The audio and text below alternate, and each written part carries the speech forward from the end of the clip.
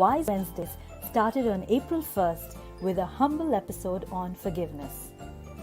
Between then and now, we've had heart-led conversations on happiness, stress management, relationships, resilience, public speaking, respecting boundaries, self-discovery, mindset, just being, listening, reclaiming your life, intuition, and even food. I would like to thank all my listeners and the guests who gave me their time and trust. It is because of you that we kept going. It is because of you that we kept growing. Thank you, thank you, thank you. Thank you so, so much. Thank you, thank you, thank you, thank you so, so much. And welcome to episode 90. Did you imagine that? 90 weeks of conversations. Episode 90 of Wise Wednesdays with RK. My name is Ruqayya Khan, and I am super, super excited to bring to you my star speaker. She's Aliya. She's a certified professional trainer and program developer with 15 years of experience in training, 22 years in total around administration, facilities, banking, and management. Now, yeah, this is what she's done. However, why I felt drawn to have her on my show was because she's so genuine. She's so real, she's so humble, and she speaks from her heart. Her journey is definitely massive in terms of the impacts she's made, the lives she's changed, the conversations she's had. She has a great rapport with the youth of the country, and I think that was also her impact on me. So before I continue to mumble and rumble and ramble about her, because I can go on forever, she's fascinating to speak to, I bring to you my very new friend, Aliya. Hi, Hey, Ruqayya. How are you? I'm good, Alhamdulillah. And like I said, I can go on talking about you. That conversation we had, and I invite people from my circle of genius on this show. It's usually people I've known for a while and everything, but with you, there was that instant click, and I said, "What are you doing this Wednesday?" And she said, "Let me check." And that's how we. Fascinating. Thank you for saying yes, and thank you for being You're on the show. most welcome. It's actually a pleasure. A pleasure. When you invited me, I was very, very happy and very thrilled. And how can I say no to such an offer Thank and you. to such a smiling face? How can I say no?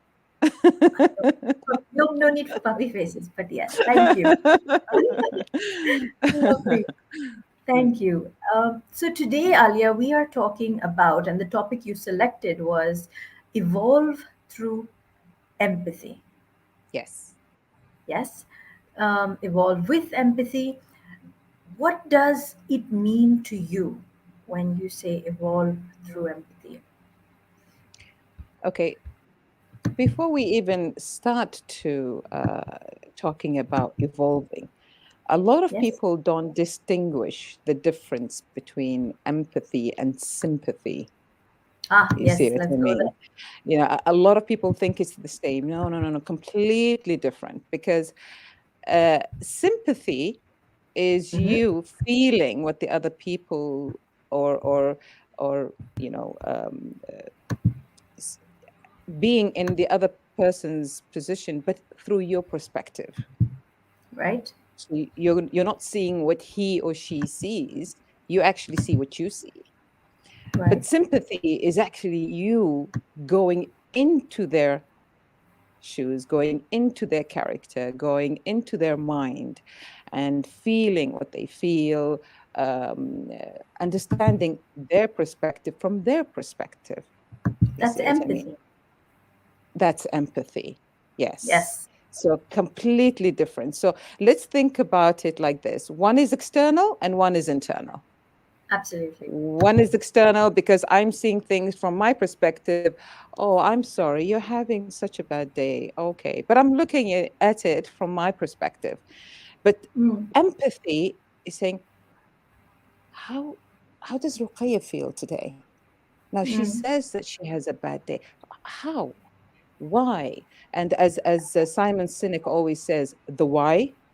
So why? The why, yeah, the why is very, Start very with important. Yeah, yes, it is. exactly. Now, when we talk about evolving, yes, a lot of people think, okay, empathy, yes, I need empathy as a skill, but actually, empathy takes you from one person and evolves you and develops you and makes you a better person in many ways. And I feel sympathy comes more from a place of feeling bad for the person. Like, I'm so sorry Yes, that that happened to you. But you're distancing yourself. You're not getting so closely involved with that person. But when it comes to empathy, you're literally putting yourself in that person's shoes and you're experiencing what they are, not really experiencing, but you're allowing yourself to come more close and to speak and share from their perspective. It's almost like coming and standing on the other side with the person and saying, absolutely. ah, so this is how you see it and this is what you're going through. Absolutely. Absolutely. Absolutely. And the sad of the matter is a lot of people uh, can't empathize. Mm, And I mean, besides people who have mental illnesses or psychological deficiencies, let's ask ourselves this. Why do some people, why can't they empathize? Why don't they empathize? yeah. The people who cannot empathize or don't have that kind of skill are usually people who are I'm sorry, are we still there? Because I think Oh yes, there's something wrong with yes, the yes, network or the Wi-Fi. yes. It's I think we're low on bandwidth, but we can hear you.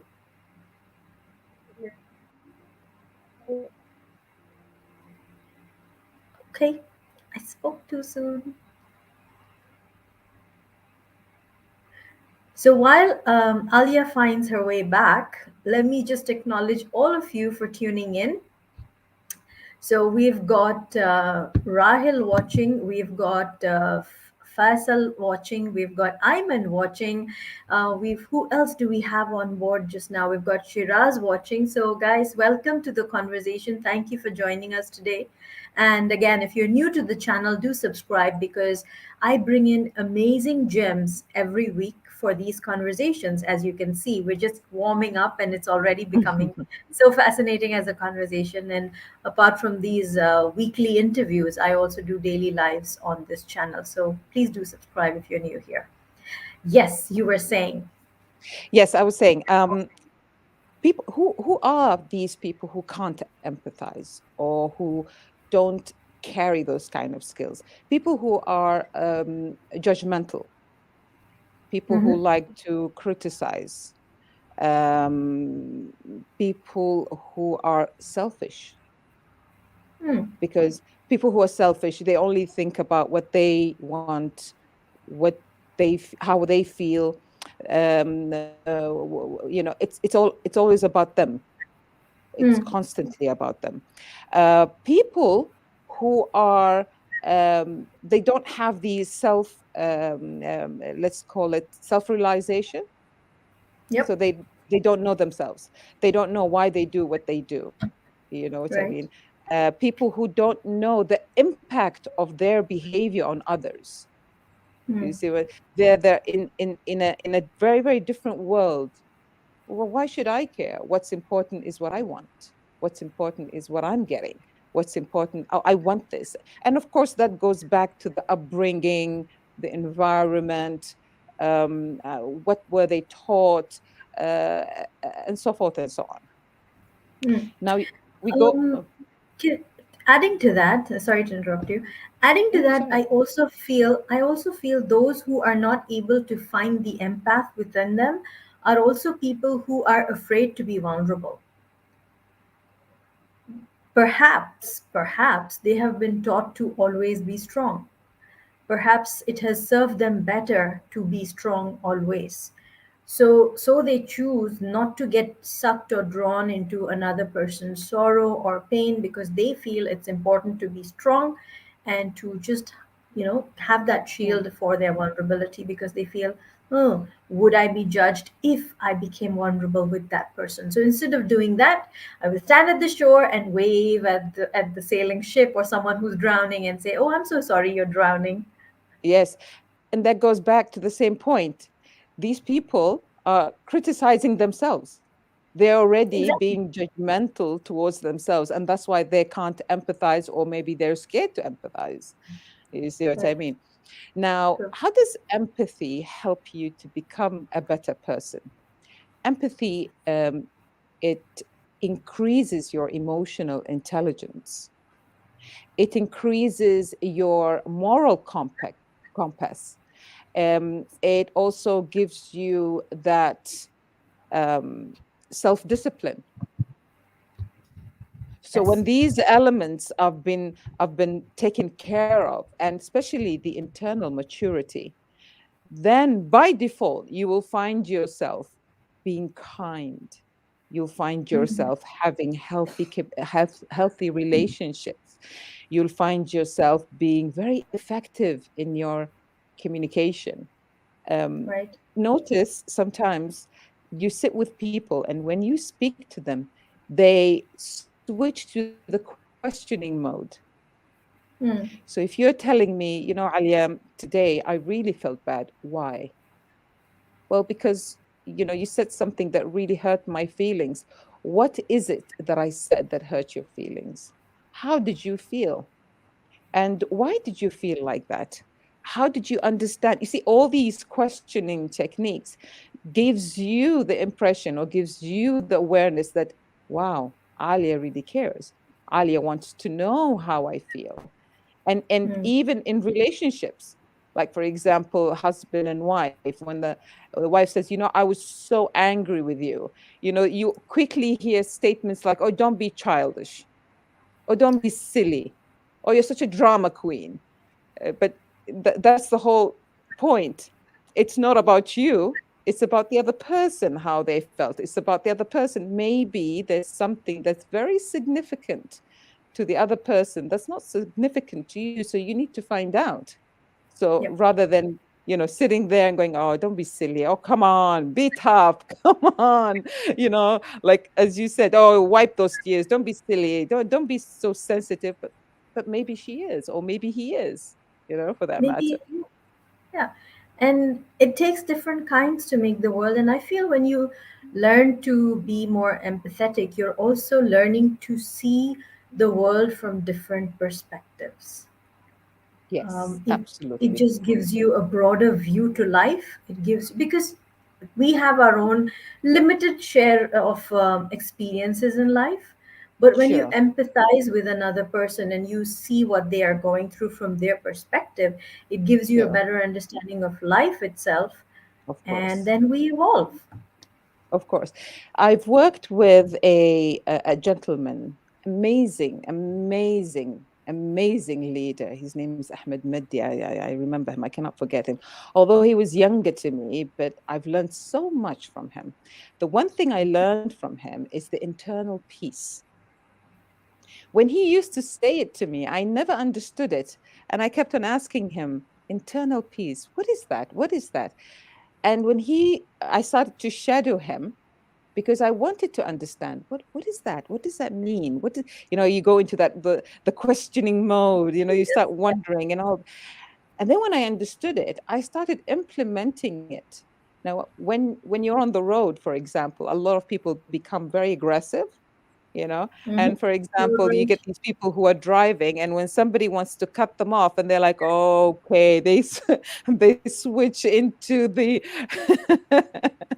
I the like attack that. mode. They're like, I'm not gonna let you come in. But then when you have the internal peace, you start to saying, oh, poor thing, maybe he's in a hurry. you know Yep. maybe there's an emergency. Maybe he's not paying attention. Maybe he didn't see me. Look at that switch. And you give Mm-hmm. him the space, and you let him go ahead, and becomes very thankful, and you're like, and it's all internal peace. You're just feeling so peaceful, and I Exactly. I do thank him. I do thank him so much because he's taught me a lot of things, a lot of things. Hmm. One of the things I often do, and it really makes me feel good, is when the zebra crossing on the street is meant for the pedestrians.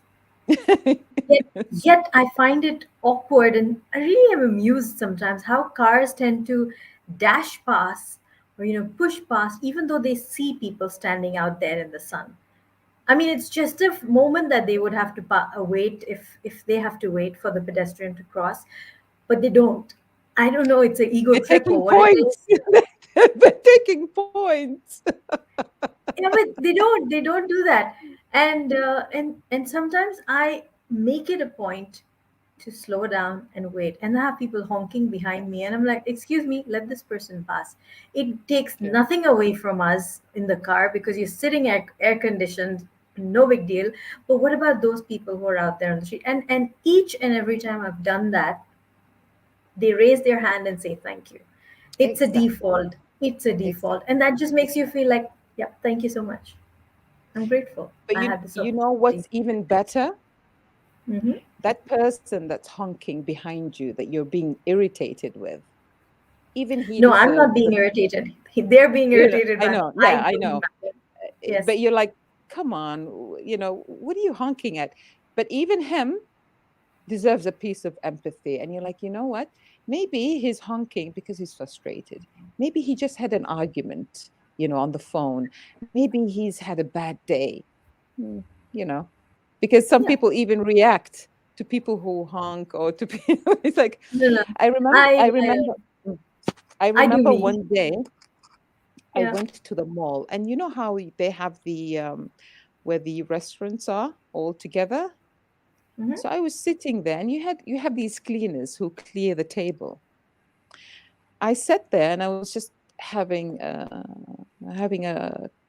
my coffee, and I was looking at them, and I'm like, how much does this guy earn? Mm. Where does he sleep? Does he have clothes? Does How much does he send his family? And does how much does he remain with? And my Yeah. God, how many hours does he work? Does he even have time to sleep? Mm. What kind of social life does he have? And when you start thinking like that and you start to imagine, you know, imagine all these things, my God, you can actually go to a different world and you can actually live his life without you realizing that you're doing that. And all of a sudden, your whole system just shuts down and you're just filled with kindness. You're filled with empathy. You're filled with, you look at him and you smile and you say something nice to him. And, you just say, have a wonderful day. Even though I can't give you anything or I can't offer any financial aid, but I can, offer you emotional support. Absolutely. And sometimes that makes a world of a difference to somebody. Maybe yours was the first smile that person had seen all day. Just Exactly. saying thank you, just being filled with gratitude in that moment and saying Alhamdulillah for all the blessings I have and all the blessings that person has as well. And the spirit Sure. he or she may have in doing the work that they do is so much Sure. fulfilling. So I'm just going to quickly go through comments, and we do have some questions coming in. Thank you Sure. guys for No the problem. questions.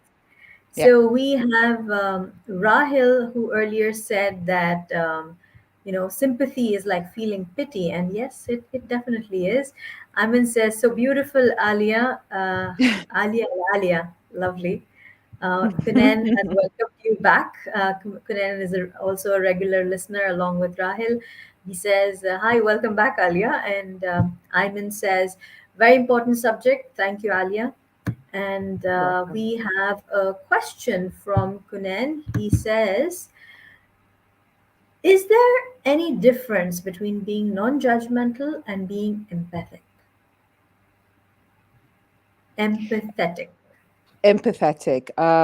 Yes, because empathy actually switches your mindset from being judgmental. to being understanding. You see, because when you're judgmental, you're just thinking, you're sitting there, all you're doing is sitting and categorizing everything, putting a frame to everything, putting a label to everything. But when you empathize, you're actually understanding, you're actually taking the time to understand. um, Being judgmental doesn't add anything. Mm, The only thing it does is just gives things labels.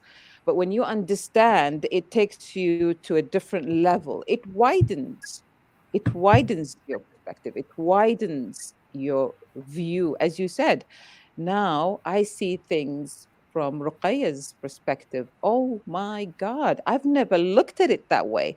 I've never seen it that way. I've never felt it that way. So being judgmental actually stops. It's like a block that blocks the empathy from actually mm, taking its proper process into your mind. correct.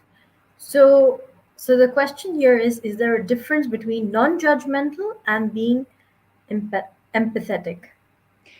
Yes, because I'll tell you why. You might not be judgmental, but you're not taking the time or the effort to understand. Right. Because non-judgmental can also mean I don't care. Hmm. Yeah, exactly. Okay, Like you that. do whatever you want to do. I don't care. But actually, no, empathy, you need to care, you need to understand. So yes, there would be a difference because it depends what is the objective or what is the reasoning behind being non judgmental. Okay. Also, as you said that, what came to my mind was uh, when you have a painting, like Hmm. kids usually in school, you have an outline and you have to paint on it, and then you know that the yellow is going to stay outside of the blue. And if it's a Mm, sun that is yellow in color and the sky is blue, the yellow will be contained in that circle, sure, and then you have the blue sky. sure. When empathy comes into the picture, and often you need to empathize with a person when you're emotional, so Mm, if a tear falls on that watercolor, you know where I'm going with this. The yellow mm, kind of blends into the blue, and true. you have that beautiful the merger. There are no more borders. There's a merger that happens, and it's just as beautiful because the rays do fill the sky. It's just as beautiful, Absolutely. but it's a Absolutely. different picture. It's a very different picture then. Absolutely. And going back to the same example, a lot of children express themselves with colors because Yes. people see colors differently. Mm. So when a child actually draws certain things and gives different colors, you know, instead of saying, no, no, no, no, no, no, the sun needs to be yellow, the sky, no, no, no, stop. This is what, which usually people, this is how they train themselves to become empathy. To just stop, ask, why did you make the sun blue? Why did you make the sky red? Why did you make the sea black? And so forth and so on, for you to understand, because the whole objective is to understand and True. not tell people how it should be, because there is no such thing as it should be like that. No, no, there is no such thing as that, because again, different perspective. I'll tell you something so funny that I usually do when I go get my coffee. I'm a coffee addict. So when I go and order coffee, and I always do the drive-through, and they would say, "Yes, ma'am." I'm like, "Oh, how is your day?" And they'll fine. I said, "What would you like to have?" And I always drink the latte with caramel, but then I add, "And I want it extra, extra hot like you."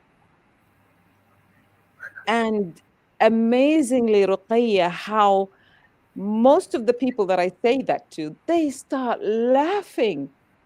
And the laughter, the joy, that I'm like, wow, look at that, a small phrase, but look at the impact Exactly. that it has on people.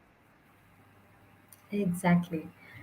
So, yes, small changes definitely can make a big impact.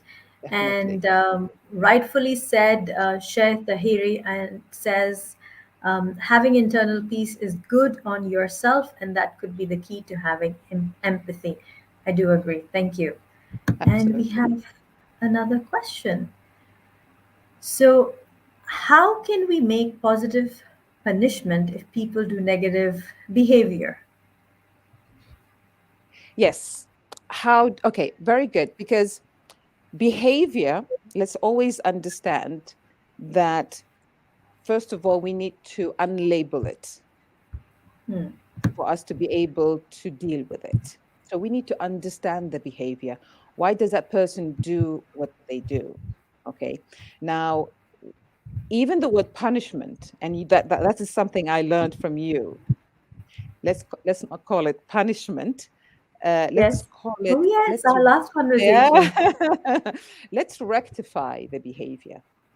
Let's rectify it, and that's why they came up with the word tough love. Oh, yes. That's a punishment, but yet it's tough love. You see what I mean? So when Hmm. it comes to behavior, we need to understand it first. And then after understanding it and understanding where it comes from and why, only then we can determine the punishment or the rectification or the behavior adjustment. Hmm. Okay.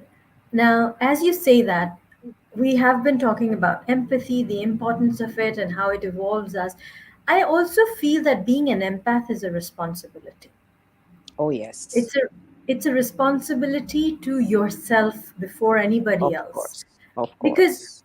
if you're constantly going to feel another person's pain, and you and I both are coaches, so it does happen, sometimes you've had a solid coaching session where someone's come with a lot of baggage, and it tends to kind Sure. of drain you, right? Yes, it does. It does. So being an empath is also a responsibility. How are some ways in which you can take care of yourself as an empath? As we do it, it becomes by default. Yeah. Notice, even when you speak to anyone, notice, Ruqayya, that your mind by default switches to an empathetic mind. Yes. The only baggage you feel is, empathy. There are three types of empathy: there's cognitive, and there's emotional, and there is compassionate. You're in the stage of a compassionate empathy, which means when you hear and you understand, you quickly want to help. That's the Correct. real baggage that people feel, is that instant need to help. And that's why you feel, my God, this is so heavy. And usually you feel like that when you can't help someone. Correct. Then you start to feel, oh my God, I'm coaching this person. He's going through so much. And yet, you know what? I can't help him. But actually, your subconscious mind becomes, it switches by default. So it's really not that. That's making you feel it's a burden, not a burden, but a weight. But it's mostly the helping process, because you're switching or you're getting advanced from empathizing, and then now you're going into the helping mode.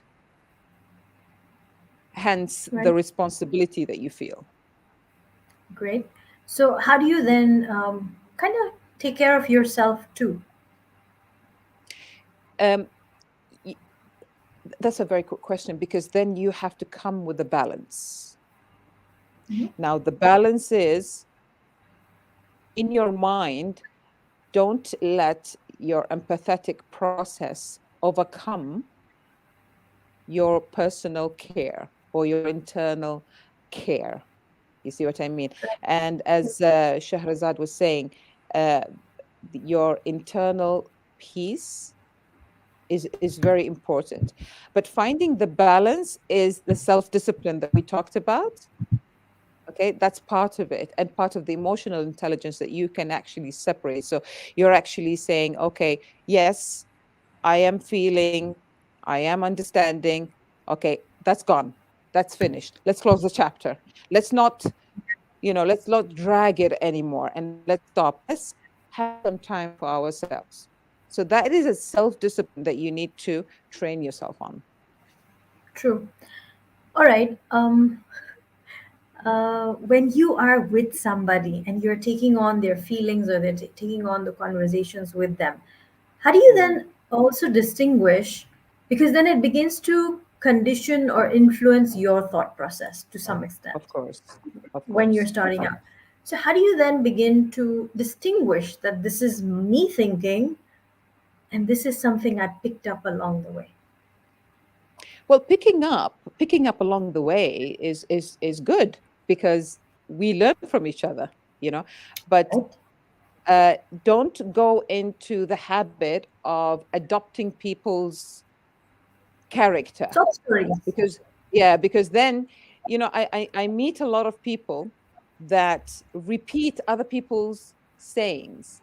So for example, I sit with let's say, for example, I sit with my sister. She says something and then I start repeating it, because now I'm switching to a muppet or a parrot kind of thing without thinking it. You know what I mean? So we need to be very, very careful. Yes, I'm going to listen to you, I'm going to understand, but then you have to have that self conversation, which a lot of the psychological schools or psychology schools talk about. When you have the self conversation, they Yep. say it's the most healthiest thing you can do, because when you listen and understand, then you have to reflect, but then you have to ask yourself, is this how I see it? Is this what I believe in? Am I Yep. comfortable with that? Does it work Mhm. for me? Because it might not work for me.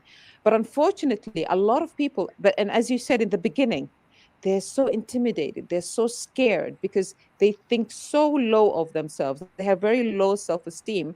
Instead of creating their own thoughts and their own, their own mind and their own character, they start to adapt people's character. So they will hear something and then they will come and say it. And when you start to challenge them and you start to ask them, they don't know how to elaborate, because basically Right.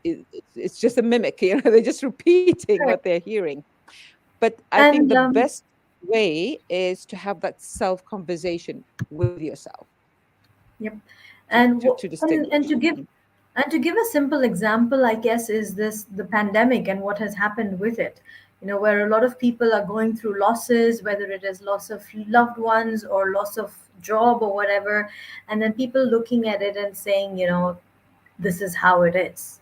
Yes, Yes, it's a gloomy picture. Yes, we've got to wait for a lot of things to kind of come together, but that's not really always how it is. There are blessings too, and I'm not being toxically positive, but I'm just asking people to shift their perspective, because of course.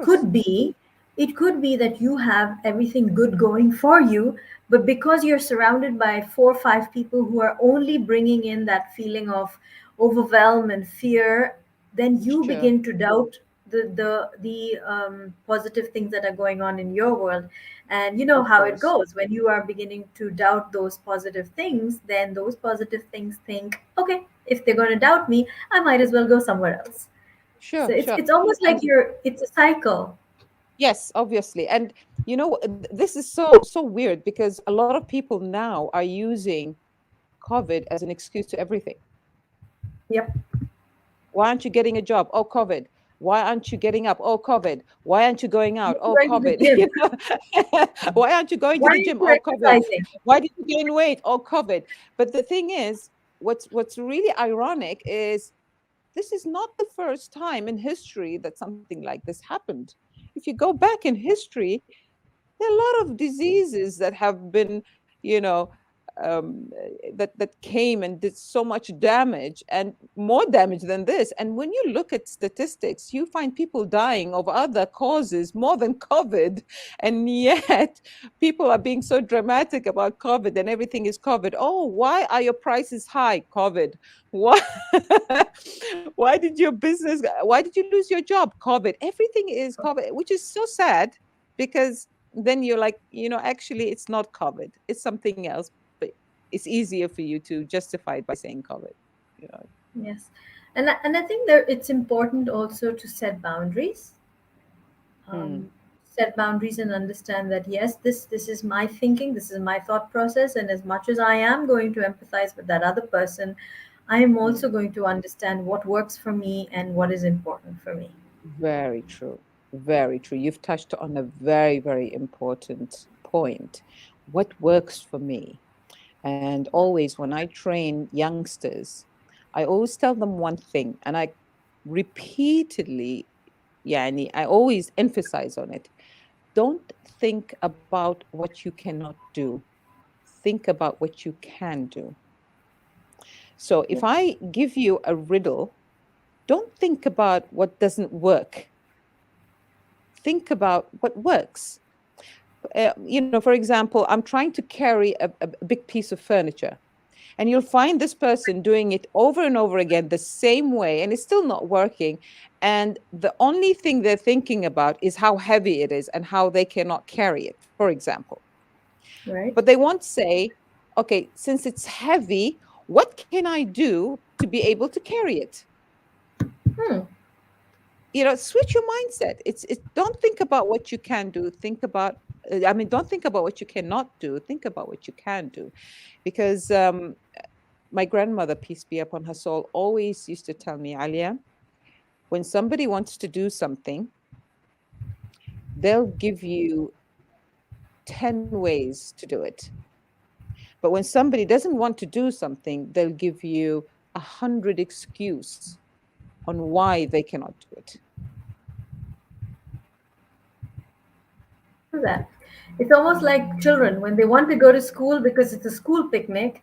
They figure out a way, even if they might be unwell or if the weather is horrible, they'll find a way to go to school because it's a school picnic. But if Exactly. they have, but if they have an exam that they haven't really prepared well for, then the slightest sneeze will be like, "Oh my God, I Yeah. have a headache. Oh, I'm I so don't want to go."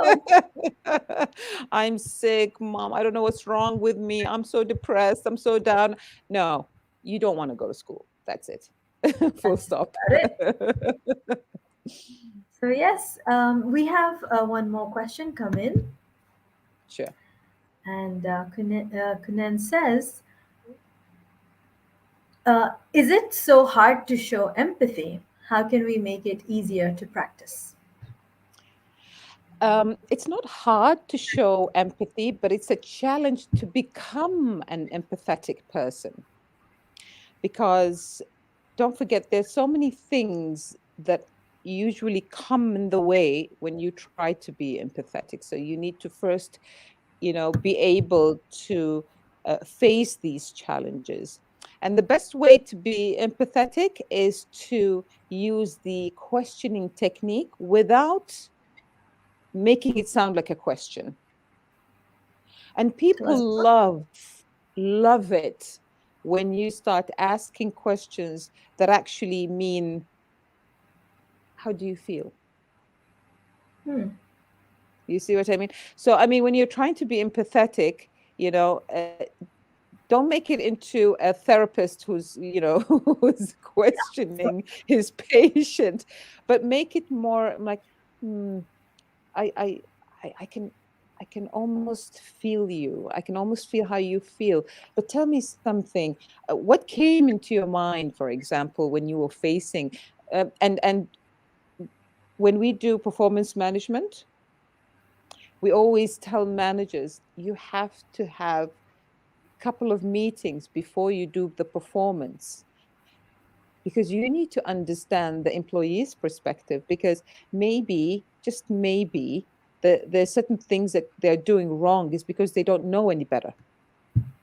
So when you show them that you're being empathetic and you're understanding them, and you want to know how is it that you can help them, they become so comfortable. As Dr. Stephen Covey says, to get into people's minds, you need to touch their hearts. Absolutely. So always use, I can just give you two advices. Always use positive phrases and use the questioning techniques, but you have to use it very, very carefully and wisely. Yes, absolutely. Definitely have to use it wisely because you don't want to come across as here's somebody who wants to share and I'm just asking them questions and irritating them. And sometimes that can backfire and someone could feel like, oh, I'm not being heard, I'm just being questioned. So, Yes, and exactly. tonality, I cannot emphasize enough. I think a lot of times people get into conflict nowadays because of the tonality. You might Definitely. mean good, but if you have the wrong tonality, you've lost the conversation with the person.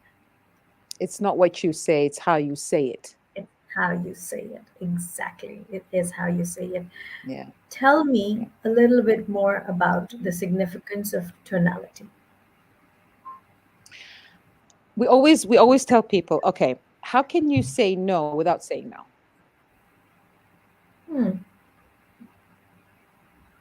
So let's say, for example, and I always use this example. You want to tell someone, no, sorry, you can't take a day off tomorrow. Right? And it has to do with the tone, it has to do with the way you're saying it. Now, I can be saying, like, no, there is no way you can take off tomorrow. What? You Exactly. want to take off? And who's going to do your job? You see that tone? You see that already lets the person in front of you to go into Have to take defensive guards up. mode. Now, imagine Exactly. saying it like this. Why don't you take the day after that? um tomorrow is I need you tomorrow. I really do. How about we agree on a different day? You see, look at that. I'm just saying the same thing, Right. but I'm just saying it in a different way. Now, I can be saying yes, but again, if my tone is not right, you'd be, okay, why are you shouting? Say, yes, I agree with you completely.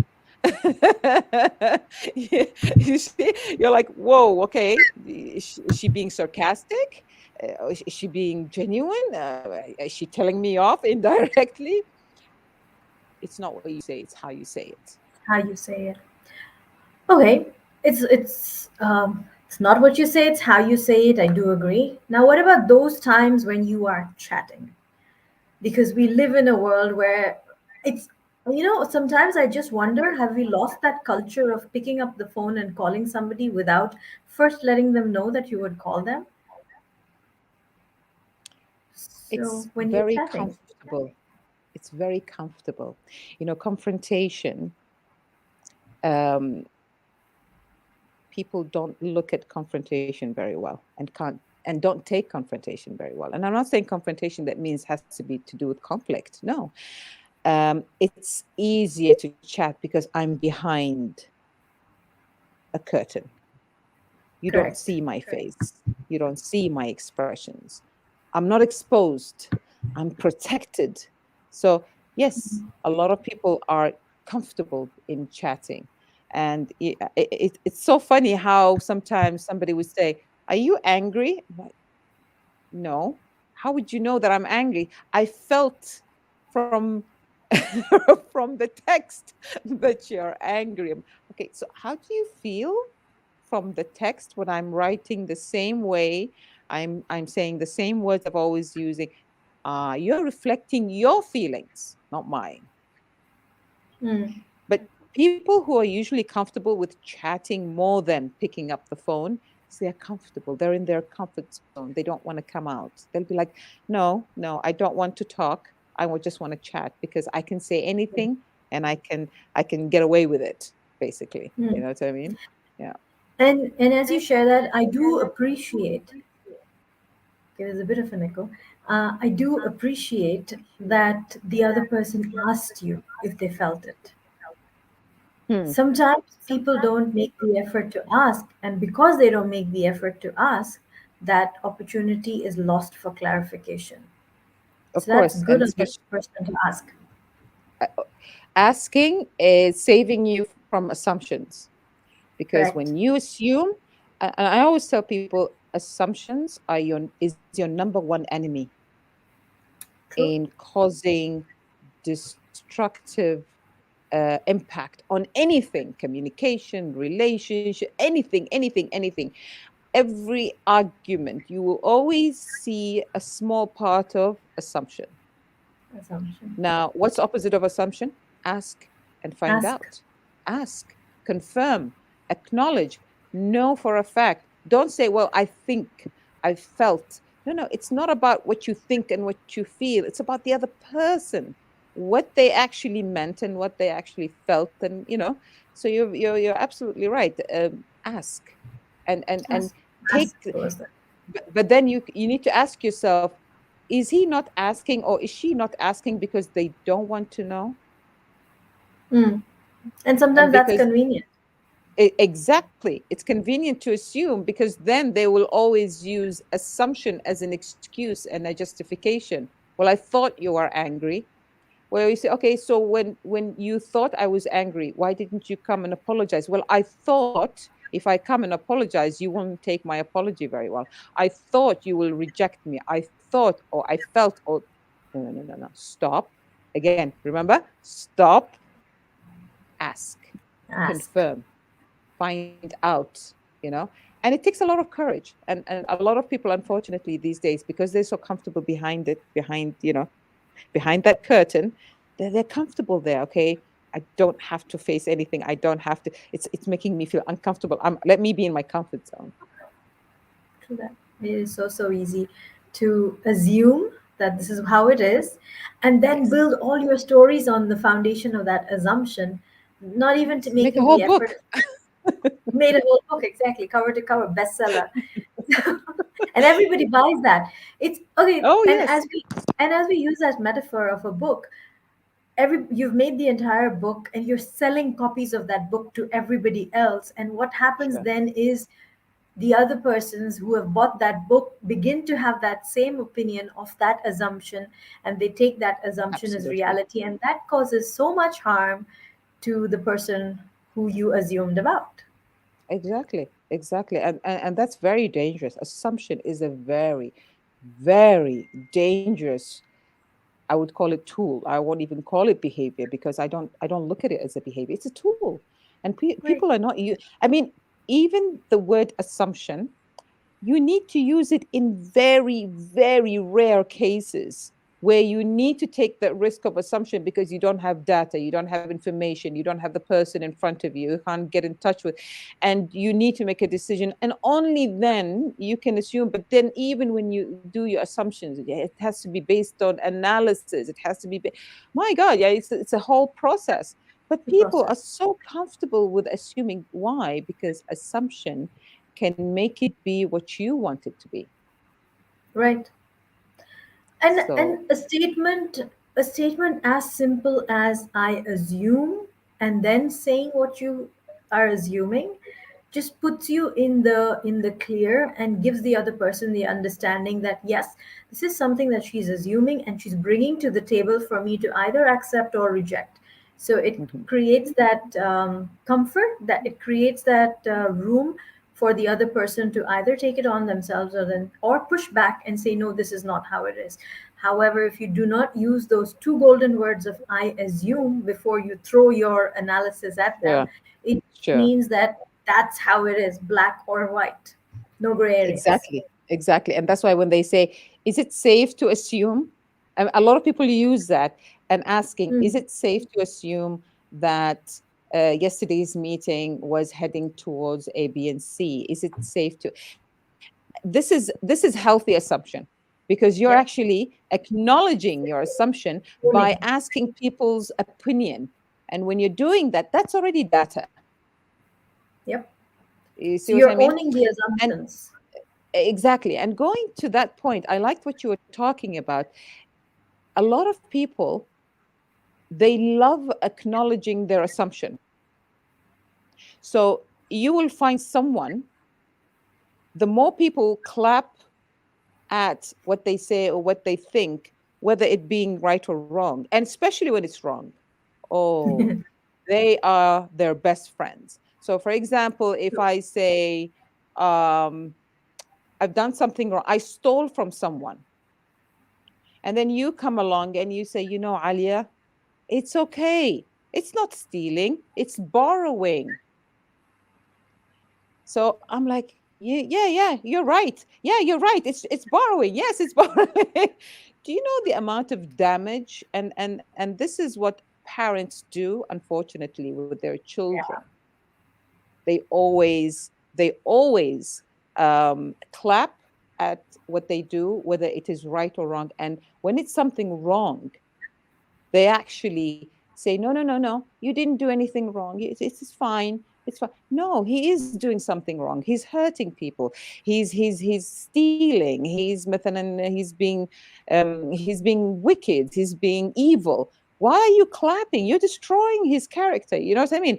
So, and this is how people, when they become older, they lack they lack all that, especially when we talked about emotional intelligence, self-actualization.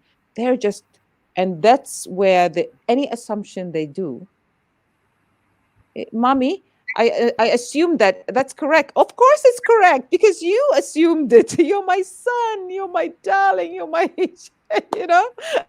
And really, people don't understand what kind of damage they can do to someone when they encourage such behavior. True, true, true. Yeah. Thank you.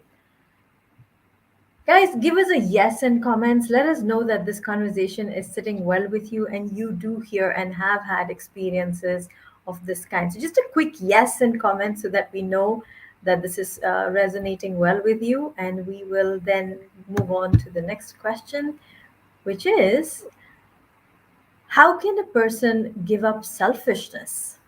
Thank you. Oh, yes, yes.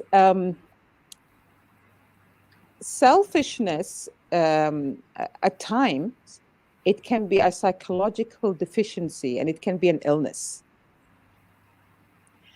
because a person being selfish, of course, it's a horrible thing, but selfishness comes from upbringing.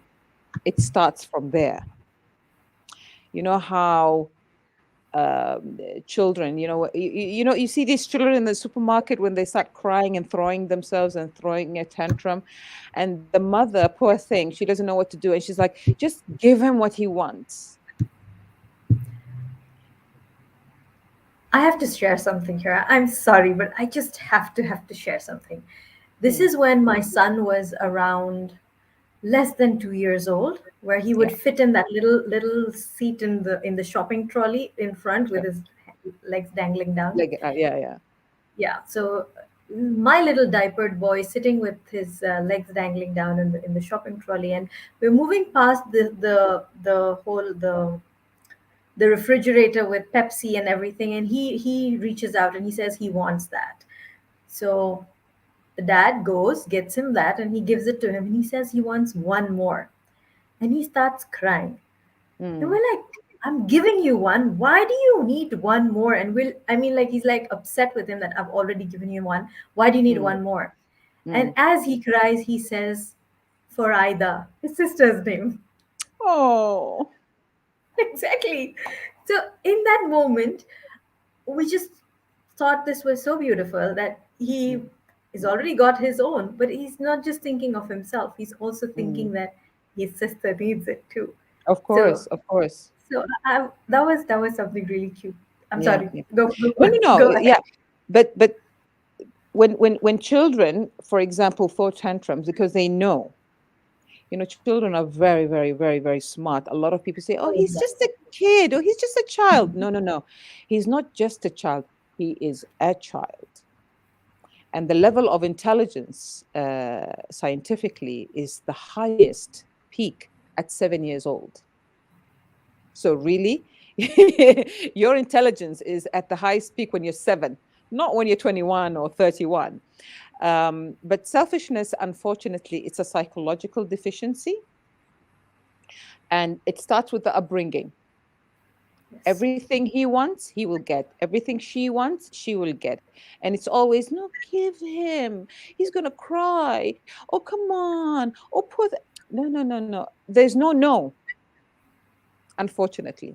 So he or she grows up with that concept, and it becomes very damaging because they become adults, okay? And everything they want to get.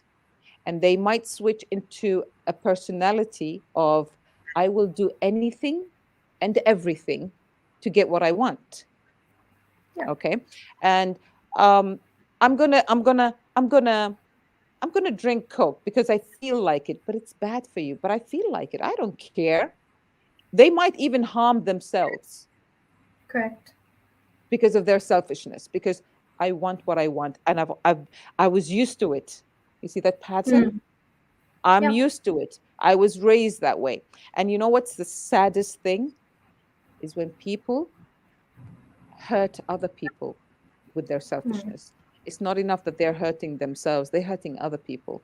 So you get somebody breaking somebody else's heart because today, you know what? I love you. Tomorrow, I don't love you anymore. But but you said you loved me yesterday. Yeah, and then I loved you, but today I just realized. But that's hurting me. I don't care. It's what I Mm. want. It's how what I feel. You see what I mean? And yet when it's done to them, hell breaks Mm. loose. Hell Mm. breaks. How dare you? Again, because the focus is themselves. Now, um, selfishness is an internal thing. You have to want to stop being selfish.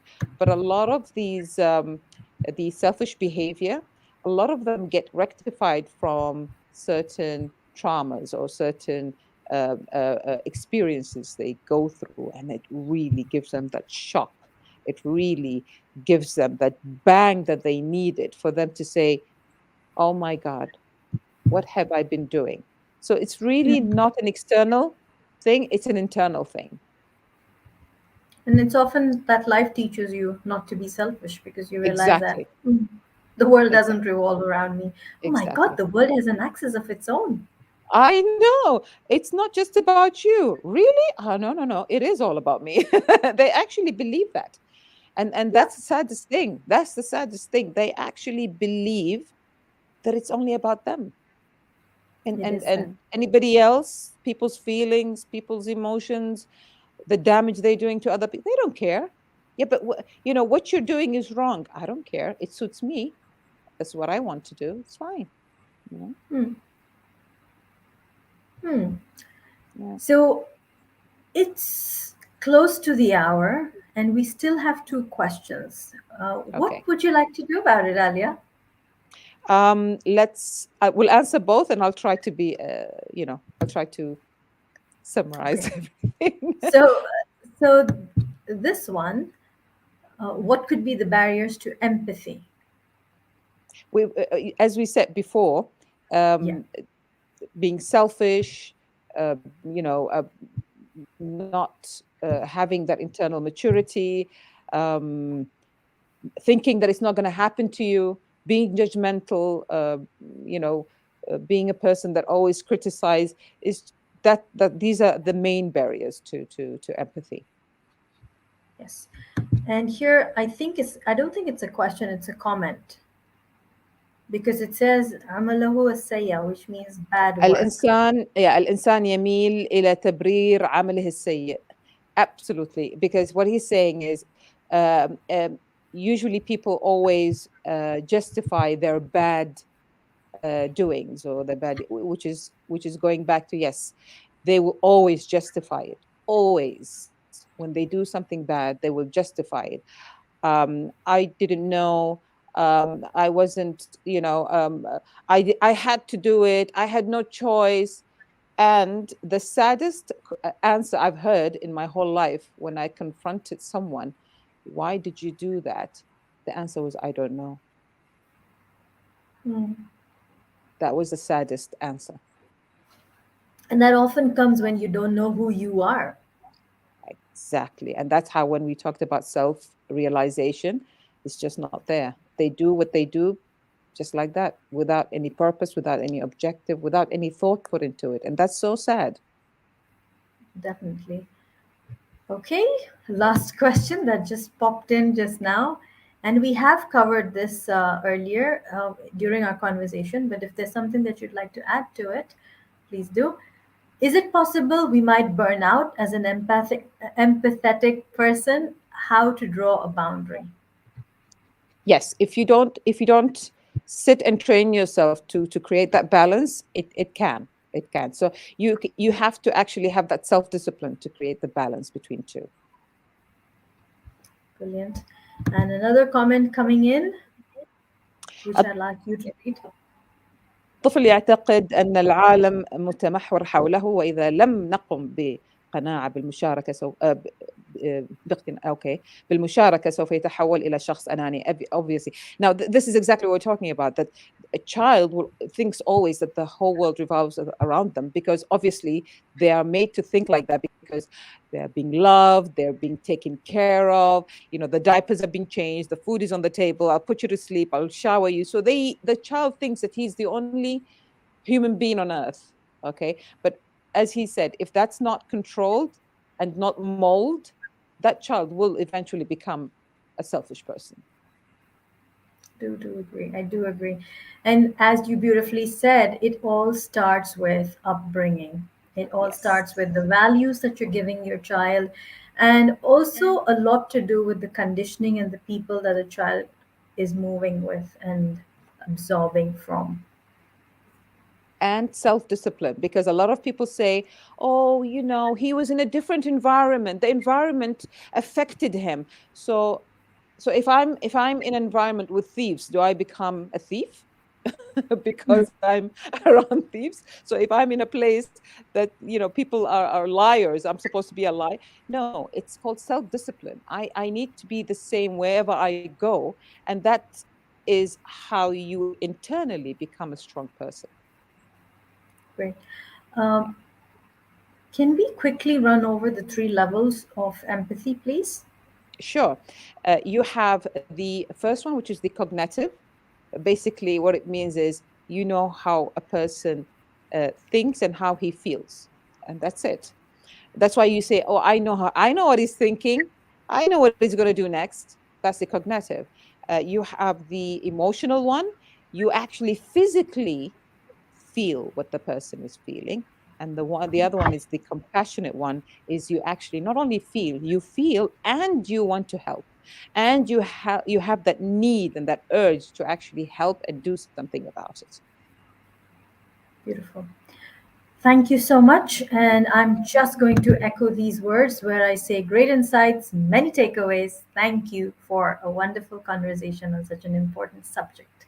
Thank you, Thank you Alia, so much. Thank you. for It's a your pleasure. Thank time you. and this conversation. And thank you, each and every one of you who has joined us today, given us an hour of your time on the live, and also those who will catch us on the replay, because this is a conversation for so many of us.